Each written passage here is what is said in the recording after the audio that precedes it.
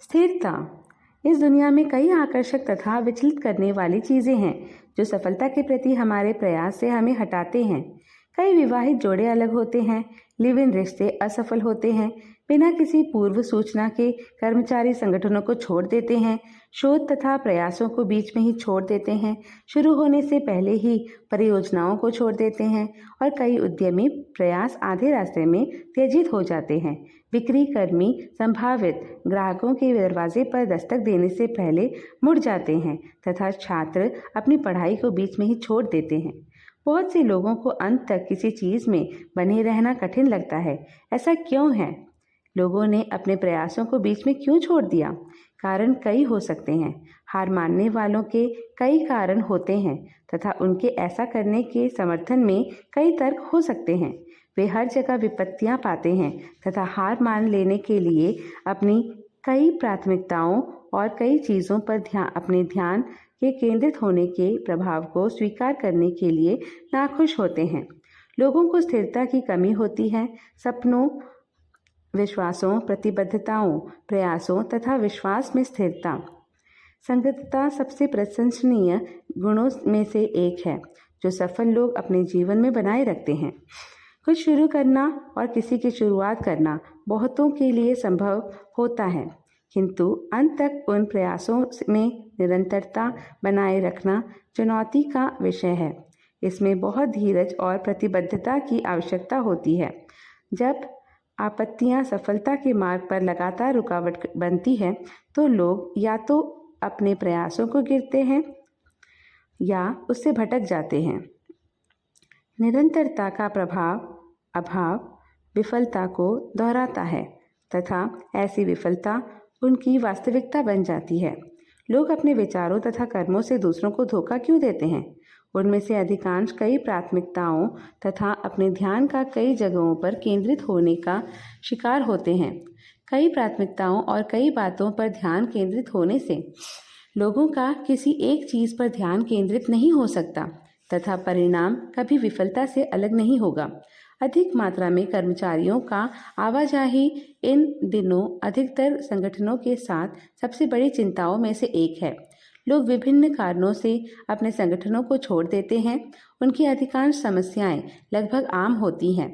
एक निष्ठुर मालिक प्रबंधकों द्वारा रौब जमाना, लक्ष्य, शिफ्ट ड्यूटियां, अल्प वेतन आदि समस्याएं सब कभी समाप्त नहीं होती है, किंतु असली कारण उनकी योजनाओं से पूरी तरह अलग हो सकते हैं। शोधों से पता चलता है कि ऐसे लोगों की स्थिरता की कमी होती है। उनमें से अधिकांश अपने करियर में कहीं भी नहीं पहुंचते हैं। वे अपने संगठन को बेहतर उत्पाद, व्यवस्था, प्रणाली और लोगों की तलाश में बदलते रहते हैं। उनमें से अधिकांश यह सोचते हैं कि उनके लिए तय किए गए क्षेत्र उनके वर्तमान स्थान से बाहर है। वे अपने अनुग्रहों को बिना महसूस किए शांति और सुरक्षा के लिए भटकते रहते हैं। असुरक्षा की भावना स्वरचित तथा अतिरंजित होती है। वास्तव में कोई भी नई जमीन हमारी सर्वोच्च वस्तुओं को हमसे छीने बिना हमें कुछ नहीं दे सकते। यह हमारे परिवार, दोस्त, बचपन की यादें आदि हो सकते हैं।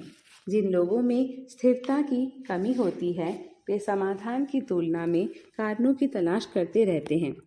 जब उनके प्रदर्शन पर सवाल उठाए जाते हैं तो वे दूसरे की सफलता का कारण बताते हैं, किंतु अपनी असफलता के कारणों को नहीं बताते। वे उनसे सीखने के बजाय दूसरों को दोष देने के कारणों का पुनः आविष्कार करने का प्रयास करते हैं। उनके पास किसी भी चीज़ का कोई स्थायी राय नहीं होता है। उनके विचार अधिक समयोजित तथा बहुमत के पक्ष में इसके नैतिक आधार के बावजूद होते हैं। सुसंगतता की कमी वाले लोग किसी के लिए भी उपयुक्त नहीं होते, यहाँ तक कि खुद के लिए भी नहीं। उनके साथ कोई भी यात्रा बहुत जोखिम भरा होगा और वे किसी को भी मध्यस्थता के क्षेत्र के अलावा कहीं और नहीं ले जा पाएंगे। सहानुभूति से भरे हुए एक कमज़ोर नेता के साथ काम करने की अपेक्षा एक मजबूत नेता के अधीन सेवा करना हमेशा बेहतर होता है, क्योंकि कठिन नेता की भावनात्मक कार्यवाही दूसरे की सहानुभूति की तुलना में कई बार सुरक्षात्मक होते हैं। कई प्राथमिकताओं तथा कई चीज़ों पर ध्यान केंद्रित होने से लोग अपने लक्ष्य से हट जाते हैं। कई प्राथमिकताएं जीवन को मायूस कर देते हैं। कोई भी एक समय में दो मालिकों की सेवा नहीं कर सकता है। एक ही समय में दो चीज़ों को करना कठिन होता है। मैं मानता हूँ कि गाड़ी चलाते समय लोग बात करते हैं या खाते हैं, किंतु क्या आप सोच सकते हैं कि ये कौशल उनके गाड़ी चालक होने के पहले दिन ही अधिग्रहण किया गया था। एक ही समय में कई कार्य करने के लिए बहुत सारे प्रयासों और अभ्यासों की आवश्यकता होती है। कभी कभी यह जीवन के लंबे प्रयासों का परिणाम भी हो सकता है। यह और कुछ भी नहीं किंतु स्थिरता का परिणाम है। मुख्य लक्ष्य पर ध्यान केंद्रित करना एक आसान या हर किसी के बस का काम नहीं है। इसके लिए बहुत सारी दृढ़ता और प्रतिबद्धता की आवश्यकता होती है। दृष्टिकोण में संगत होना तभी संभव है जब कोई व्यक्ति अपनी कार्यवाही के कारणों के साथ आश्वस्त होता है। हम में से कई बिना कारण जाने ही कार्य करते हैं। बहुत से लोगों का मार्गदर्शन मोहक हट और उछाल द्वारा होता है, न कि असली उद्देश्यों द्वारा। जब प्रयोजनों की स्पष्टता के बिना प्रयास किए जाते हैं तो कार्य कठिन, अरोचक तथा बिना परिणाम स्वरूप के हो जाते हैं।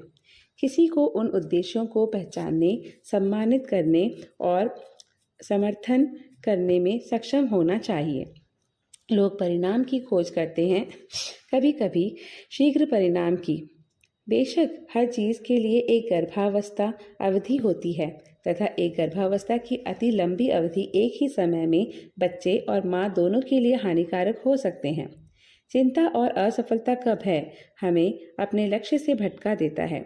हमारे जीवन में अधिकांश चिंताएं निराधार होती हैं तथा हम उन्हीं मुद्दों को सुलझाने में अपना सारा समय बर्बाद कर देते हैं जो हमारे नियंत्रणों से भी परे होता है।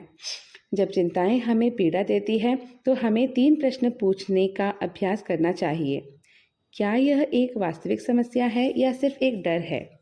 यदि आपको लगता है कि यह एक वास्तविक समस्या नहीं है या सिर्फ एक डर है तो इसे अनदेखा कर दीजिए। हालांकि अगर आपको लगता है कि यह एक वास्तविक समस्या है तो स्वयं से दोबारा पूछें, क्या मैं इसके लिए कुछ कर सकता हूँ? यदि आपको लगता है कि हाँ कर सकते हो तो इसे तुरंत ही करें। अगर आपको लगता है कि आप इसके लिए कुछ नहीं कर सकते हैं, शायद यह एक दिक्कत नहीं होगी या यह तुरंत आपको प्रभावित नहीं करेगा। इसका मतलब आपको निवारक उपाय देखने के लिए अधिक अवसर मिल रहे हैं। अंत में अपने आप से पूछिए, क्या मेरी कार्यवाही या निष्क्रियता सकारात्मकता या नकारात्मक रूप से मुझे या किसी और को भी प्रभावित करेगा? यदि आपको लगता है कि परिणाम सकारात्मक होने वाले हैं तो खुश रहें तथा आनंद उठाएं, तथा यदि कोई नकारात्मक परिणाम अपेक्षित होते हैं तो ऐसा करने से बचें। हमारे अधिकतर निर्णय हमारे आसपास के लोगों द्वारा प्रभावित होते हैं। हालांकि हमें दूसरों के हस्तक्षेप के लिए उनको दोष देने का कोई अधिकार नहीं है, क्योंकि उनमें से अधिकतर हमारी चर्चा के लिए आक्रामक नहीं होते हैं, किंतु हमारे निर्णय लेने की प्रक्रिया में आमंत्रित होते हैं। हम जाने अनजाने में लोगों को अपने विचारों या कार्यों को प्रभावित करने के लिए आमंत्रित कर देते हैं, चर्चा करते हैं या अनुमति देते हैं, और धीरे धीरे उनके प्रभाव हमारे मुख्य लक्ष्य पर प्राथमिकता प्राप्त कर लेते हैं तथा हम अपने उद्देश्य से हट जाते हैं।